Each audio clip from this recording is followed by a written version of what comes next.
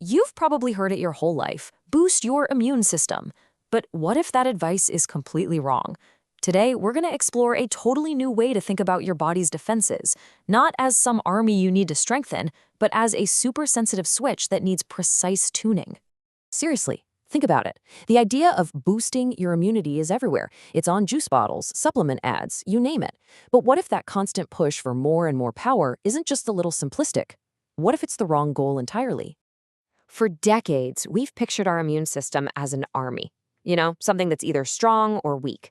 But honestly, that metaphor is really outdated. A much, much better way to think about it is like a highly sensitive thermostat. It's not about raw power. It's about a calibrated, intelligent network that has to make the right decision at the right time. So let's just jump right in. Your immune system has two fundamental jobs. The first one is obvious: destroy invaders. But its second job? Well, that's just as critical and frankly a lot harder. Knowing when not to attack. Knowing how to protect the body's own tissues. And this is where this idea of miscalibration is so incredibly important. So often, disease isn't the result of a weak system, but a poorly tuned one.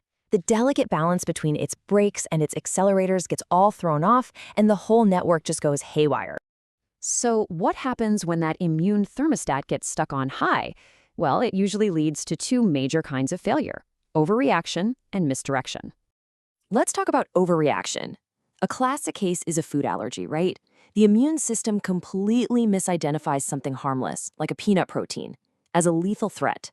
It's a false alarm, a totally miswired danger signal that triggers this massive and sometimes deadly response. And this is where modern medicine is just so fascinating.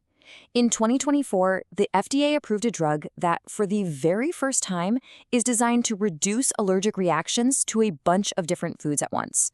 So instead of just avoiding the trigger, this new approach actually works by turning down the sensitivity of the body's alarm system itself. How cool is that? Okay, so the other stuck-on problem is misdirection. We call this autoimmunity. Now, this isn't an issue of the system being too strong. It's more like a precision error.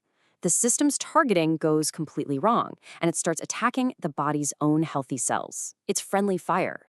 And this isn't just one single disease. Autoimmunity is a whole family of conditions where the body's own defense system just gets its targets all mixed up. And that leads to a huge range of chronic illnesses, like these you see here. And this quote just reframes the whole solution. See, the cutting edge of medicine isn't about suppressing the whole immune system with these blunt instruments anymore.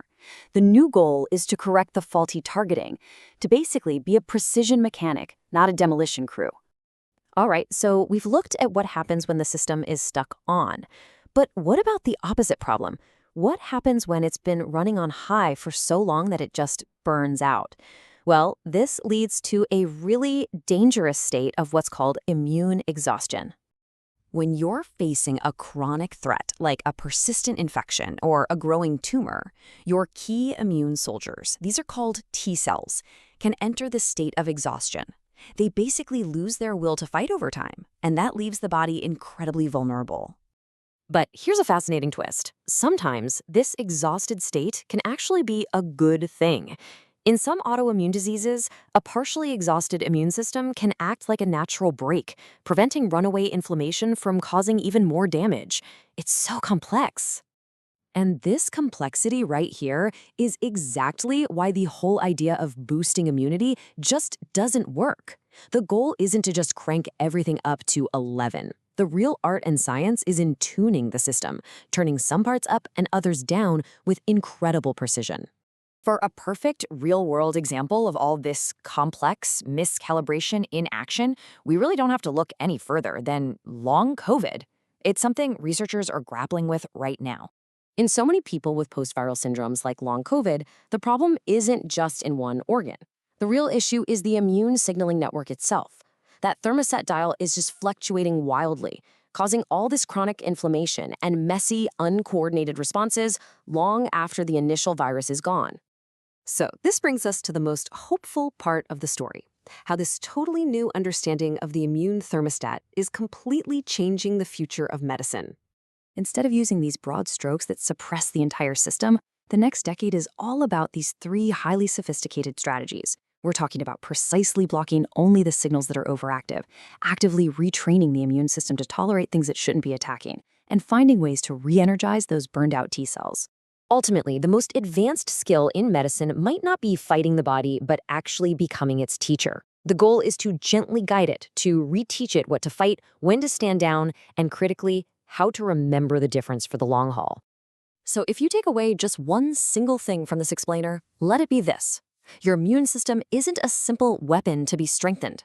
It's a complex, intelligent thermostat that has to be carefully and precisely calibrated. And that brings us to our final thought.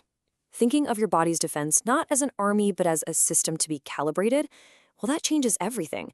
It opens up all these new questions about how we approach not just medicine, but our diet, our stress, and our overall health. What does it change for you?